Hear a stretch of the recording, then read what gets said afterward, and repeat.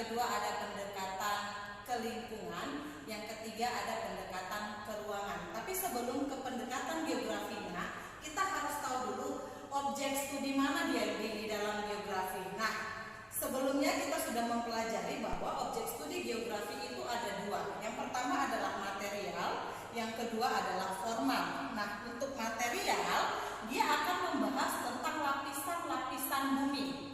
Ada 5 lapisan bumi mulai dari litosfer, kemudian ada atmosfer, kemudian ada hidrosfer, kemudian ada antroposfer, dan yang terakhir ada biosfer. Nah, artinya pada objek studi material itu membahas tentang keadaan fisik dari si bumi itu sendiri. Yang kedua adalah objek formal. Apa itu objek formal? Objek formal ini membahas tentang bagaimana cara pandang geografi dalam mengkaji, memahami, dan mempelajari sebuah fenomena geosfer. Fenomena geosfer itu terjadi di mana? Di lapisan-lapisan permukaan bumi tadi, pada lapisan material. Maka objek formal ini mengkaji objek dari material ini. Jadi kita tahu bahwa pendekatan geografi itu bagian dari objek studi geografi yang membahas mengkaji objek dari material. Oke, yang pertama kita akan membahas tentang pendekatan ke ruangan ya. Di dalam geografi, apa itu pendekatan ke ruangan? Melihat fenomena dari sudut ruang yang meliputi lokasi, sebaran, dan interaksi alami di dalam sebuah ruang. Artinya, pendekatan ke ruangan ini membahas semua fenomena geosfer di dalam satu ruang. Jadi misalnya ada sebuah ruang, fenomena apa saja yang terdapat di wilayah tersebut masuk ke dalam konsep keruangan. Kasih contoh, misalnya curah hujan di Indonesia tergolong tinggi karena wilayah Indonesia mengalami hujan orografis, hujan zenital, hujan muson.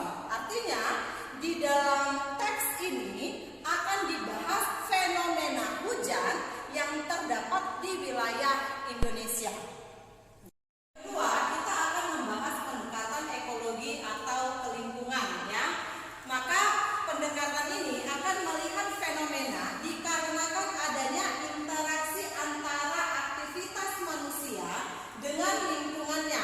Maksudnya di lingkungannya di sini adalah abiotik ya. Jadi harus ada interaksi antara aktivitas manusia dengan lingkungannya. Dengan kata lain, jadi singkatnya bisa saya buat di sini terjadi hubungan sebab akibat boleh antara fenomena alam dengan fenomena sosial atau fenomena sosial dengan fenomena alam. Itu dia. Misalnya kalau mau saya kasih contoh, kenapa terjadi banjir? Banjir adalah fenomena alam. Banjir terjadi akibat manusia yang membuang sampah di sungai. Maka membuang sampah di sungai itu adalah fenomena sosial. Fenomena alam dan fenomena sosial kalau terjadi keterkaitan maka masuk ke dalam pendekatan ekologi. Nah, di sini ada contoh. Setiap tahun permukaan tanah kota Jakarta diperkirakan mengalami penurunan. Tanah Jakarta yang mengalami penurunan ini adalah fenomena alam. Kenapa tanah Jakarta mengalami penurunan? Ada aktivitas manusia di dalamnya. Apa itu?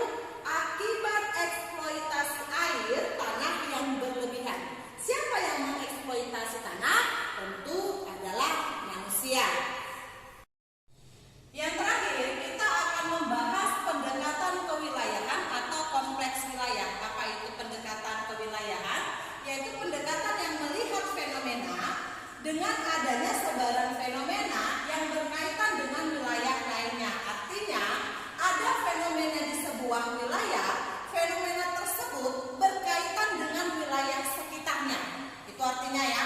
Berarti kalau saya gambarkan lagi di sini, saya kasih sebuah contoh. Di sini ada fenomena di wilayah A, terdapat fenomena di mana fenomena yang di wilayah A ini berhubungan dengan wilayah di sekitar wilayah A. Ini yang dimaksud dengan pendekatan kewilayahan atau kompleks wilayah. Di sini ada sebuah contoh sudah Ibu buat lagi. Pemerintah kabupaten kota merencanakan pembangunan kawasan permukiman pada lahan-lahan kosong. Dalam perencanaan tersebut tentunya memperhitungkan kawasan sekitarnya. Artinya, dalam pembangunan pemukiman akan melibatkan wilayah sekitar dari kabupaten kota. Oke, demikian pembahasan kita tentang pendekatan. Jadi ingat, ada 3 pendekatan di dalam geografi. Yang pertama tadi pendekatan keruangan, membahas banyak sekali fenomena di dalam satu ruang. Yang kedua ada pendekatan ekologi atau kelingkungan, yaitu adanya hubungan timbal balik antara fenomena alam dengan fenomena aktivitas manusia. Yang terakhir adalah kompleks wilayah, di mana ada fenomena satu di wilayah satu akan melibatkan wilayah sekitarnya. Nah, untuk itu, untuk memudahkan kalian lagi supaya lebih paham, di sini sudah Ibu kasih soal, silahkan kalian kerjakan, kumpul langsung di kolom komentar. Jadi jawabannya boleh dibuat di kolom komentar. Ada 3 soal, yang dia tanya adalah pendekatan. Tugasmu adalah menentukan pendekatan apa yang digunakan di setiap fenomena. Contoh nomor 1, pendangkalan sungai yang terjadi di sekitar Yogyakarta akibat banjir lahar dingin dari letusan gunung api. Nah, fenomenanya ini, lalu pendekatan apa yang digunakan untuk soal nomor 1? Begitu juga soal nomor 2 dan seterusnya untuk soal nomor 3. Demikian anak-anak, tetap semangat. Ingat, jika